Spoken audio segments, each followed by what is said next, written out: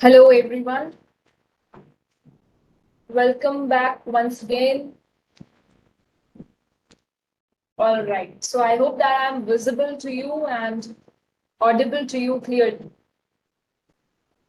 Okay, so we started with the chapter 5 that is major domains of the earth. हमने chapter 5 के साथ शुरुआत करी थी major domains of the earth and we started understanding the meaning of the word domain और हमने ये chapter शुरू करा था meaning of the word domain समझ करके हमने सबसे पहले यहाँ पर इस वर्ड का मीनिंग समझा था we understood the meaning of this word that is domains ठीक है and I told you that the word domain means the major areas ठीक है सो हमने इस चैप्टर के अंदर क्या पढ़ने वाले हैं we will be starting in this chapter about the major areas of the earth surface जो हमारा पूरा अर्थ सरफेस है उस पूरे अर्थ सरफेस पर आपको पता है लैंड मास है ठीक है so we will be studying in this chapter about the major land masses that are visible on the earth surface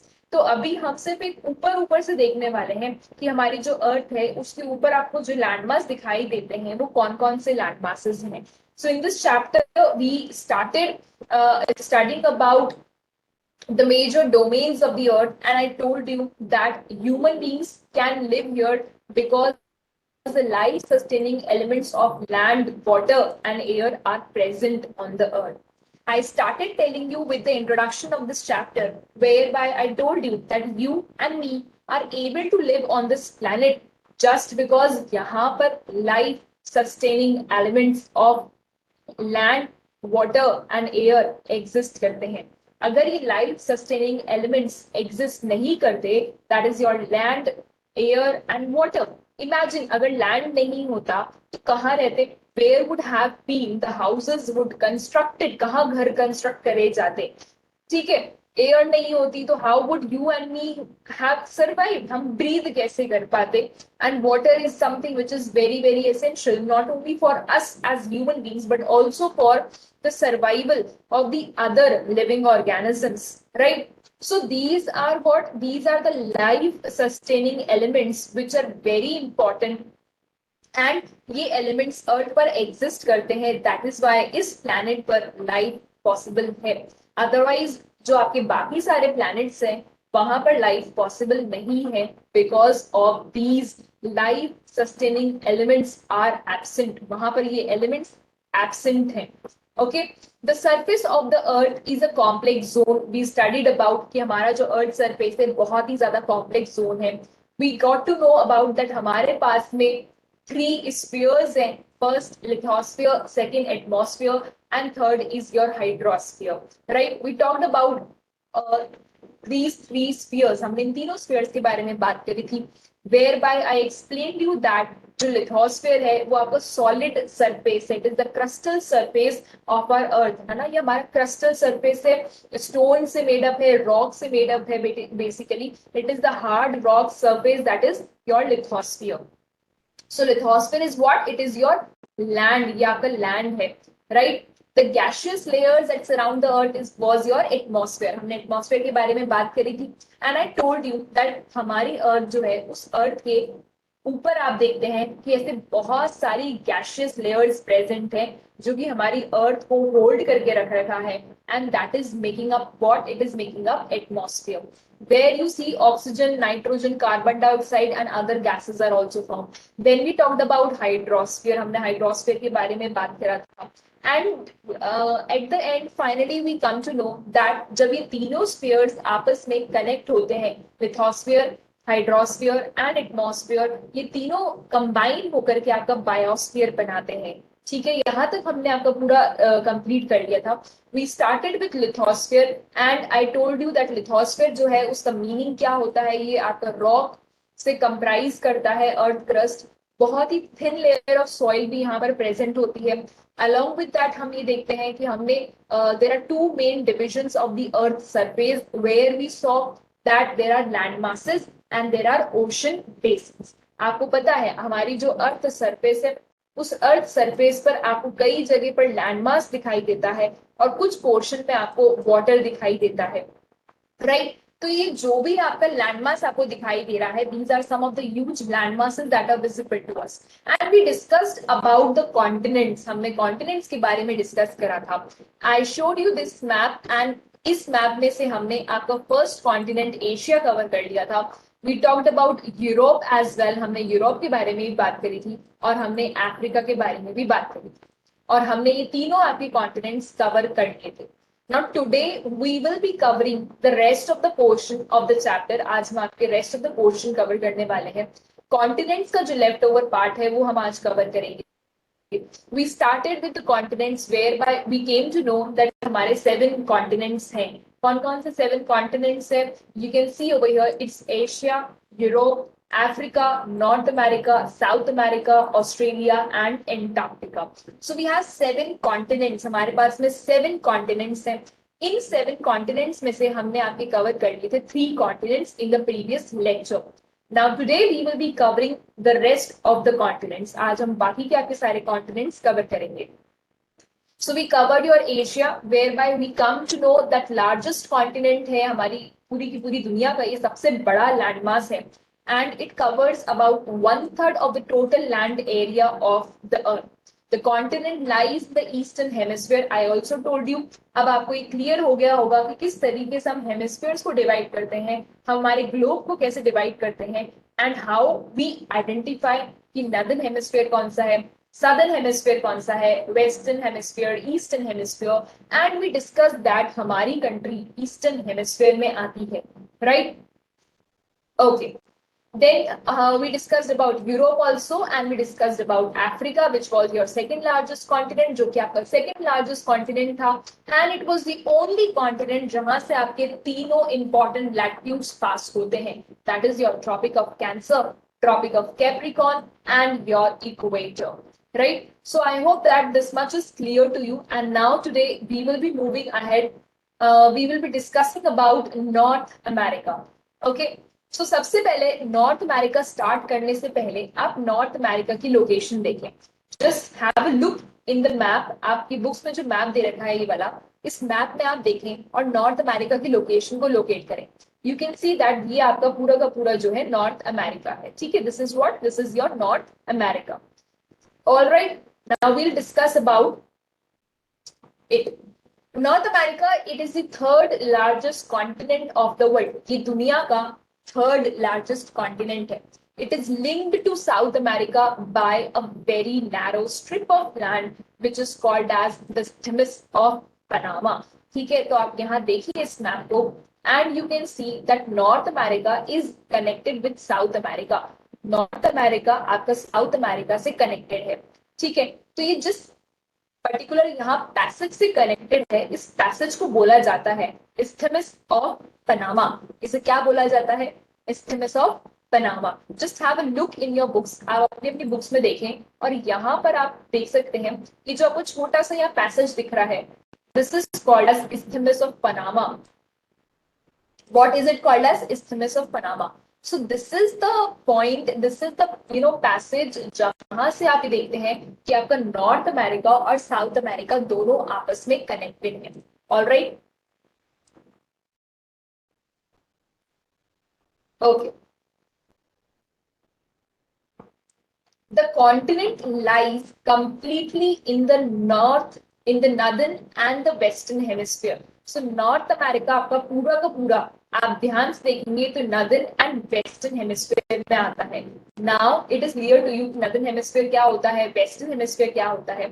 so अगर हम यहाँ 0 डिग्री से आपका वर्टिकली डिवाइड करते हैं, and if we divide it over here from the equator as well, that is your latitude and longitude. 0 degree is your latitude, equator, and 0 degree longitude is your prime meridian. So now you can check out that this is what, this is your north. जब हम इसको latitudinal wise divide करते हैं, equator के through इसको जब divide करते हैं, तो इक्वेटर के थ्रू आपका ग्लोब 2 पार्ट में डिवाइड होता है। As I have revised it many a times with you कि जब हमें इक्वेटर से इसको डिवाइड करेंगे, लैटिट्यूडली वाइज हम ग्लोब को, अर्थ को डिवाइड करते हैं equal to parts में, then it is your northern hemisphere and it is your southern hemisphere, right? So northern hemisphere हो गया आपका ये वाला, ये पूरा का पूरा नदर्न हेमिस्फीयर हो गया, so it means north America northern hemisphere में आता है। एंड जब हम इसको वर्टिकली डिवाइड करते हैं, when we are dividing our earth vertically longitudinally, we see that हमारे पास में दो हेमिस्फीयर निकल करके आते हैं, एक वेस्टर्न हेमिस्फीयर और एक आपका eastern hemisphere. So that means we can say that आपका नॉर्थ अमेरिका जो है वो आपका नॉर्थ वेस्टर्न हेमिस्फीयर में लाई करता है। ठीक है, सिमिलरली हमने हमारे कॉन्टिनेंट की बात करेंगे, आगे भी चल के हमारी कंट्री के बारे में बात करेंगे। और जब हम हमारे एशियन कॉन्टिनेंट की बात कर रहे थे तब हमने देखा था कि हमारा कॉन्टिनेंट जो है एशियन कॉन्टिनेंट वो नॉर्थ ईस्टर्न पार्ट में आता है। दैट इज वाई आपको पहले डायरेक्शंस, कार्डिनल पॉइंट्स ये सब पढ़ाया गया है।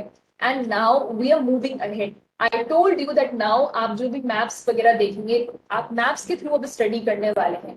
दैट इज वाई जो आपका प्रीवियस चैप्टर है उसमें आपको मैप्स के बारे में नॉलेज दे, ग्लोब क्या होता है, मैप क्या होता है, which is more important, which is more ideal for study. Okay, alright. Then you see that three oceans surround this continent. Can you name these oceans? अगर आप ध्यान से देखें नॉर्थ अमेरिका को, सो नॉर्थ अमेरिका के आसपास में तीन ओशन बॉडीज आपको दिखेंगी। कौन कौन सी तीन ओशन बॉडीज आपको दिखती है? सी the three ocean bodies that you can see. First is your Pacific Ocean. Then you can see over here Atlantic Ocean as well. And also you can see very close, that is Arctic Ocean. ठीक है, so north America के बहुत पास में आप यहाँ देख सकते हैं आर्कटिक ओशन है, then here you have Pacific Ocean and here you have Atlantic Ocean. ठीक है, सो ये तीन वाटर बॉडीज हैं जो कि नॉर्थ अमेरिका के पास में है। We are talking about North America. तो नॉर्थ अमेरिका के पास में कौन कौन सी वाटर बॉडीज आ रही हैं, कौन से ओशंस हैं which are very close to North America? That is your Pacific Ocean, Atlantic Ocean and Arctic Ocean. Clear? Okay. Before moving ahead to South America, just have a look at this particular diagram and figure given to you. 5.2 Isthmus and Strait. यहाँ पर देखिए Isthmus और Strait के बीच में आपको difference बताया गया है। What is Isthmus and what is a Strait? Isthmus अभी अभी हम पढ़ के आ रहे हैं that North America and South America they both are connected. तो North America का South American land से जिस पैसेज से वो कनेक्टेड है उसे Isthmus बोला जाता है। Now what is Isthmus? Isthmus is basically a narrow strip of land joining the two land masses.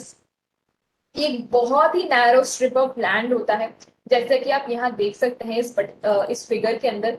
It is a very very narrow strip of land, narrow strip of land.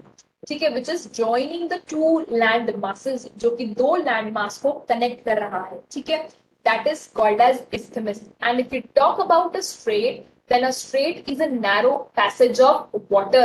देखो यहाँ है water और यहाँ है आपका land. There is a difference between isthmus and strait.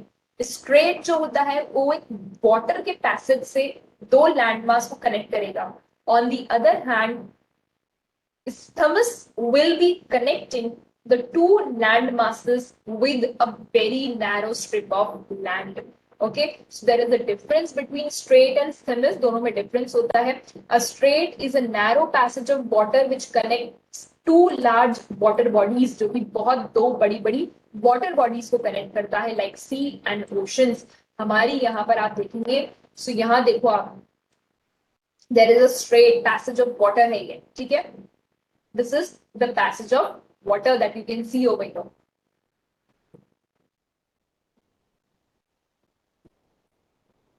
Okay, so this is called as a strait and this is called as isthmus. Now this is your homework that you need to find out the name of the strait between India and Sri Lanka. India और श्रीलंका के बीच में आपको यहाँ पर एक straight दिखाई दे रहा है, इस स्ट्रेट का एक नाम है। So you have to find out the name of this strait. आपको इस स्ट्रेट का नेम फाइंड आउट करके आना है and this is your homework. ये आपका होमवर्क है। All right. Now we move ahead discussing about the next continent that is South America. अब हम डिस्कस करने वाले हैं साउथ अमेरिका के बारे में। South America lies mostly in the southern hemisphere, so South America आपका सदर्न हेमिस्फीयर में आता है। जो मेजर पोर्शन है साउथ अमेरिका का, that comes completely in the southern hemisphere. So if you check out, ये आपका इक्वेटर जा रहा है, तो इक्वेटर से नीचे वाला portion is your southern hemisphere. So ये पूरा का पूरा आप देखते हैं साउथ अमेरिका सदर्न हेमिस्फीयर में लाई करेगा। there is a very less portion of the land mass or very little portion of the land mass जो कि आपका we can say western hemisphere में आए, नदर्न हेमिस्फीयर में आ रहा है। ठीक है, ऑल्सो आप ये देखेंगे कौन से हेमिस्फीयर में आता है, longitudinally. So longitudinally it is coming completely in the western hemisphere. ठीक है, पूरा का पूरा ये वेस्टर्न हेमिस्फीयर में लाई कर रहा है। And latitudinal wise when we talk about, जब हम इक्वेटर के रेफरेंस पॉइंट से बात करेंगे, सो ये पूरा आप देखेंगे कि ये सदर्न हेमिस्फीयर में लाई करेगा। There is a very little portion of this South America जो कि आपका नदर्न हेमिस्फीयर में आता है। There is very little portion, ठीक है, बहुत कम पोर्शन है जो नदर्न हेमिस्फीयर में लाई कर रहा है। ठीक है, so I'm telling you each and every line, I'm explaining you each and every line so that you know what is given in your book, so that you can relate it. Which two oceans surround it on the east and the west? Now they are asking you the questions. See, when you will be reading the line by line, कोई भी चीज अगर हम line to line पढ़ते हैं, उसको break down करके पढ़ेंगे, it will be easier for you to understand the chapter. आपको इजीली चैप्टर समझ में आ जाएगा। ठीक है, अब देखो यहाँ एक क्वेश्चन पूछा गया है, which two oceans surround it on the east and the west. So check out the map of South America. South America का मैप देखें और यहाँ पर देख करके बताएं कि कौन से दो ओशंस हैं जो कि एक इसके ईस्ट में आ रहा है और एक इसके वेस्ट में आता है। What is the name of the ocean which lies to west of South America and which lies east of South America. So it is very clearly visible. West में पैसिफिक ओशन एंड ईस्ट में आपके Atlantic Ocean आता है। All right, so it is very clearly visible. I hope that you can understand. South America के west में कौन सा ocean आ रहा है, Pacific Ocean. And south America के अगर आप ईस्ट में देखते हैं, सो it is your Atlantic Ocean. And I hope that आपको अब डायरेक्शंस क्लियर है कि हम इसको ईस्ट क्यों बोल रहे हैं, इसको वेस्ट क्यों बोल रहे हैं। बिकॉज जब आप यहाँ पर कार्डिनल डायरेक्शंस बनाते हैं, I always tell you, whenever आपको कहीं पर भी किसी भी लाइन में अगर ऐसे डायरेक्शंस लिखे हुए हों, so always do one thing, आप ऐसे वहां पर डायरेक्शंस बना लें। ठीक है, ये आपका नॉर्थ होता है, this is your north, this is your west, ये आपका ईस्ट हो जाता है और ये आपका साउथ हो जाता है। So you will be able to understand कि हमने इसको ईस्ट क्यों बोला, इधर इसको साउथ क्यों बोला है, वेस्ट क्यों बोल रहे हैं, कौन सा डायरेक्शन की बात कर रहे हैं। So we are right now talking about South America के वेस्ट में कौन सा ओशन बॉडी है, that is your Pacific Ocean. South America की ईस्ट में कौन सी ओशन बॉडी आ रही है, that is your Atlantic Ocean. All right, okay, so now we move ahead. The Andes are the world's longest mountain range which run through its length from north to south. South America has the world's largest river, that is your Amazon river. So आप map में again you can see the map, you can check out over here. यहाँ पर south America में एक mountain range है। Range means continuous mountains है। ठीक है, so you can see here this brown line, that is why आपको maps पढ़ाए गए हैं, so that now you can read the maps. ये जो ब्राउन यहाँ पर लाइन इंडिकेट कर रही है, this is the mountain range. In mountains का नाम है एंडीज माउंटेन्स। इनको क्या बोला जाता है, एंडीज माउंटेन्स बोला जाता है। और ये आपके एंडीज माउंटेन्स अगर अगेन साउथ अमेरिका के डिविजन्स बनाएंगे, तो आप देख सकते हैं कि नॉर्थ से लेकर के साउथ अमेरिका के साउथ तक ये एक्सटेंड होते हैं।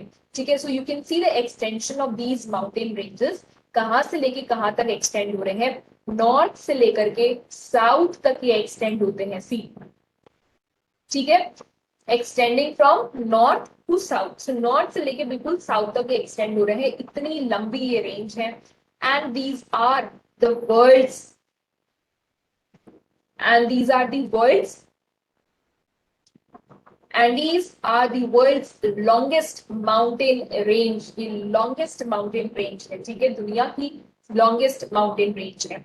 and it is running from north to south. That means जो आपका पूरा का पूरा साउथ अमेरिका है, उस साउथ अमेरिका का जब आप डायरेक्शन नोट करेंगे तो ये नॉर्थ टू साउथ रन कर रहे हैं, ठीक है, they are running from north to south. Clear? Then also we see that South America has the world's largest river. South America में दुनिया की एक बहुत लंबी लार्जेस्ट रिवर है. लार्जेस्ट का मतलब होता है ब्रॉड, है ना, बहुत चौड़ी रिवर है, लार्जेस्ट रिवर है यहाँ पर. And that is your your Amazon river. यहाँ देखो, this is your Amazon river. So it is very very broad. ये पूरा का पूरा इसका Amazon बेसिन है. आपने Amazon फॉरेस्ट के बारे में भी सुना होगा. So there lies in South America. Amazon forest आपके साउथ अमेरिका में है, यहीं पर एक Amazon रिवर है, ठीक है. ऑल्सो अगर आप देखें तो हमने अफ्रीका के अंदर एक नाइल रिवर की बात करी थी. We talked about river Nile. Do not get confused between South America and Africa's river Nile and Amazon river. दोनों ही कॉन्टिनेंट्स में आप ये देख सकते हैं कि इंपॉर्टेंट रिवर्स हैं. साउथ अमेरिका के अंदर Amazon रिवर है जो कि लार्जेस्ट रिवर है. अफ्रीका में it is your Nile river. यहाँ पर देखिए, this is your Nile river, और ये जो आपकी नाइल रिवर है, this is longest river of the world. ये आपकी लार्जेस्ट रिवर है और ये आपकी लॉन्गेस्ट रिवर है. There is a difference between largest and longest. Longest का मतलब होता है लेंथ में कितनी लंबी है, and largest means broadness में, ठीक है. सो आपके अफ्रीका के अंदर हमने नाइल रिवर के बारे में पढ़ा था, यहाँ देख सकते हैं, which flows through Africa and it is the world's longest river. ये दुनिया की लंबी रिवर है. So I hope that it is clear to you till now what we have discussed. Now we are coming to the next continent. अब हम आपके next continent पर आते हैं. That is your Australia. Australia is the smallest continent that lies entirely in the southern hemisphere. So Australia जो है ये बहुत ही छोटा सा कॉन्टिनेंट है, जो कि आप देखेंगे ये पूरा का पूरा आपका कॉन्टिनेंट सदर्न हेमिस्फीयर में लाई करता है. इसको आइलैंड कंट्री भी बोला जाता है, और we call it as island continent also. Why do we call it as island continent or island country? Because it is surrounded by water on all the four sides. और island की definition क्या होती है? What is the definition of an island? Island क्या होता है? It is a piece of landmass which is surrounded by water on all the sides. एक ऐसा landmass जिसके चारों तरफ आपको पानी दिखाई देता है, उसे हम आइलैंड बोलते हैं. सो ऑस्ट्रेलिया जो है it is your island continent. इसको कॉन्टिनेंट बोला जाता है, आइलैंड कंट्री भी बोला जाता है, ठीक है. आप देख सकते हैं यहाँ पर आइलैंड कॉन्टिनेंट है ये, and it is very very small. ये सबसे छोटा लैंड मास है. It is one of the smallest land masses and it is lying completely in the southern hemisphere. आप देखिए ये कौन से हेमिस्फीयर में आ रहा है? Completely it is lying in the southern hemisphere. Okay,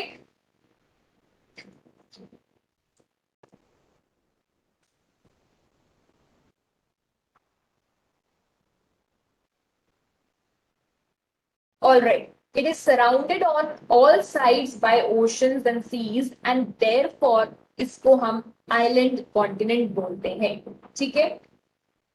Now we are coming to your last one, that is Antarctica. अब हम आपके last continent पर आते हैं, that is your Antarctica. Antarctica completely lies in the southern hemisphere. अगर आप ध्यान से मैप को देखें वापस से जो आपकी बुक में दे रखा है, so you will see that in this map Antarctica जो है वो पूरा का पूरा आपका सदर्न हेमिस्फीयर में लाई करता है. It lies completely in southern hemisphere. Okay, also हम हीट जोन्स पढ़ के आए हैं. In the previous chapter we have covered the heat zones and we know कि जो भी पोल्स के पास वाले रीजन्स होते हैं दे आर कंप्लीटली फ्रिजिड. वहां पर एक्सट्रीमली कोल्ड टेम्परेचर्स होता है, टेम्परेचर्स आर इन माइनस, और ये पूरा का पूरा जो रीजन होता है ये आपका फ्रिजिड जोन कहलाता है.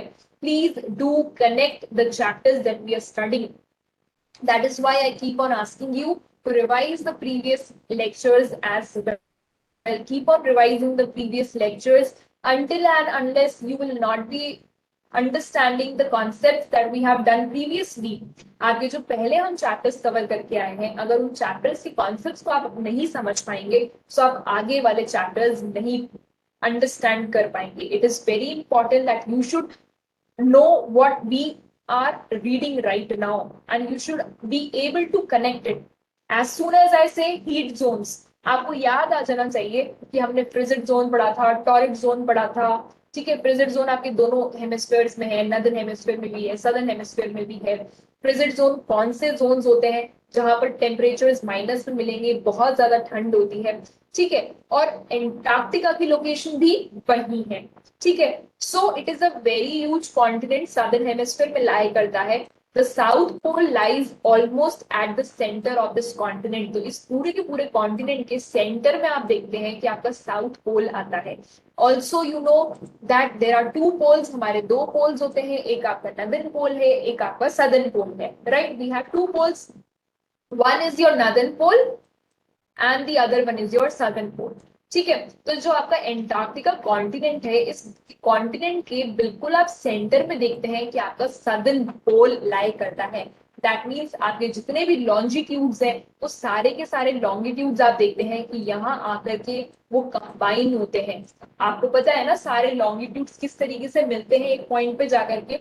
All the longitudes they ultimately meet at one particular point, जिसे हम पोल्स बोलते हैं। ठीक है, सो एंटार्क्टिका जो है वो आपका सदर्न पोल्स पे लाई करता है, और जो आपका साउथ पोल है, that centre of the South Pole, वो बिल्कुल आपके एंटार्क्टिका में लाई करेगा। As it is located in the south polar region, it is permanently covered with thick ice sheets. Definitely, that is why मैं आपको बोल रही हूँ कि आपको पहले वाले चैप्टर्स याद होने चाहिए। ठीक है, you should know the concepts that we have covered in the previous chapter, whereby we read कि ये पूरा का पूरा region जो है extremely cold region होता है। हमेशा यहाँ पर आपको बर्फ मिलेगी। Throughout the year you will see that it is completely ice covered. There are no permanent human settlements, यहाँ पर टेम्पररी सेटलमेंट्स देखने को मिलते हैं, कोई भी परमानेंट ह्यूमन सेटलमेंट नहीं देखने को मिलेगा। रीजन भी बिकॉज इतना ज्यादा टेम्परेचर माइनस में है, इतनी ज्यादा यहाँ पर ठंड है, completely they are ice covered, snow covered. So how come a human can survive there? Humans cannot survive in the extremity of the temperatures. ना तो बहुत तेज गर्मी में वो रह सकते हैं, और ना ही बहुत तेज सर्दी में रह सकते हैं। एंड इवन इफ एक पर्सन, आप मान लीजिए यहाँ पर जैसे बोला जा रहा है कि यहाँ परमानेंट ह्यूमन सेटलमेंट्स नहीं है, तो दैट मीन्स कि टेम्पररी ह्यूमन सेटलमेंट होगा for a very short period of time, people must have been living here. लेकिन आप ये सोच के देखिए कि ये पूरा का पूरा एक ऐसा जोन है जहां पर हमेशा आइस कवर्ड रहती है। Every part of this land mass is covered with the ice and snow. तो यहाँ पर आपको फूड रिसोर्सेज कैसे मिलेंगे? How will a human be surviving? So जहां से भी ह्यूमन बींग आ रहा है, from whichever land that human being is coming over Antarctica, तो वो अपने साथ में वो सारे के सारे उसे रिसोर्सेज लेके आने पड़ेंगे। बिकॉज एंटार्क्टिका में आपको कोई भी ऐसा फूड सोर्सेज नहीं मिलेंगे। You can not do agriculture, आप एग्रीकल्चर नहीं कर सकते हैं एंटार्क्टिका के अंदर। Right, so there are no permanent human settlements over here. यहाँ पर आपको परमानेंट ह्यूमन सेटलमेंट नहीं मिलते हैं, टेम्पररी ह्यूमन सेटलमेंट्स मिलते हैं। Many countries have their research stations in Antarctica. आप देखेंगे कि बहुत सारे ऐसे कंट्रीज हैं जिन्होंने अपने यहाँ पर रिसर्च स्टेशंस, इंस्टीट्यूट्स बना रखे हैं। Because this is your south pole region, ये पूरा पूरा का साउथ पोल रीजन है। And when we need to understand our earth, हमें हमारी अर्थ सरफेस को समझना होता है, हमें अर्थ के बारे में और इंफॉर्मेशन लेनी होती है। So we have various institutions, हमारे पास में अलग अलग रिसर्च इंस्टीट्यूशन होते हैं, so that we can gather more and more information about the surface on which we are living. So in similar manner आप ये देखेंगे कि एंटार्क्टिका के अंदर ऐसे काफी सारे रिसर्च इंस्टीट्यूशन बनाए गए हैं, डिफरेंट डिफरेंट कंट्रीज के वहां पर रिसर्च इंस्टीट्यूशन हैं। And you will be happy to know that India is also one of the country जिनका वहां पर एक रिसर्च स्टेशन है, and these are named as Maitri and Dakshin Gangotri. So we too also have our research stations, हमारे भी यहाँ पर research stations हैं, which are named as मैत्री and दक्षिण गंगोत्री, जिन्हें मैत्री और दक्षिण गंगोत्री बोला जाता है। All right. So आप देखते हैं कि we have completed with your lithosphere, हमने आपका पूरा lithosphere complete कर लिया है। Lithosphere we started in the previous lecture. Lastly हमने स्टार्ट करा था आपका लिथोस्फीयर, जहां पर हमने समझा था कि आपके अर्थ की 3 लेयर्स होती हैं, crust, mental and core. And उसमें से जो टॉप वाला लेयर है आपकी अर्थ सरफेस का, जिसे हम क्रस्ट बोलते हैं, that crustal layer comprises of that solid rock layer, जिसमें आपको एक थिन सॉइल भी मिलती है, that is your lithosphere. This is that particular sphere where the humans live. ये वो sphere है जहां पर human beings रहते हैं, ठीक है। So this is what, this is your land mass. ये आपके क्या है, लैंड मासेस है। Okay, over the earth surface you know, आपको पार्ट्स, पिक्स एंड पॉकेट्स में आप देखते हैं कि आपको लैंड मासेस दिखाई देते हैं जब हम अर्थ को एज एन ओवर देखते हैं, ऊपर से जब हम अर्थ को देखते हैं, ठीक है, तो आपको ऐसे पार्ट्स में यू नो लैंड मास दिखाई देता है। So what are those land masses? वो आपके मेजर लैंड मासेस कौन कौन से थे, वो हमने कॉन्टिनेंट्स में कवर करे हैं। That is your Asia, then we have Africa, Europe हमने कवर करा, नॉर्थ अमेरिका कवर करा है, South America and Antarctica, so and also Australia, ठीक है। So these are your major land masses that are visible on the earth surface, जो कि आपको visible होते हैं अर्थ सरफेस के अंदर। एंड जैसे जैसे हम इनकी इंटीरियर्स में जाते जाते हैं, आप ये देखते हैं कि आपको इन कॉन्टिनेंट्स में बहुत सारी कंट्रीज मिलेंगी, ठीक है। You will find many many countries in this continent. एक कॉन्टिनेंट में आपको बहुत सारी कंट्रीज मिल सकती है। हमारी जो कंट्री है दैट इज इंडिया, वो आपके एशियन कॉन्टिनेंट में आती है, ठीक है।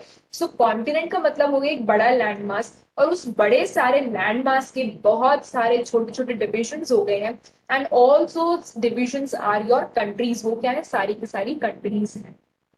क्लियर?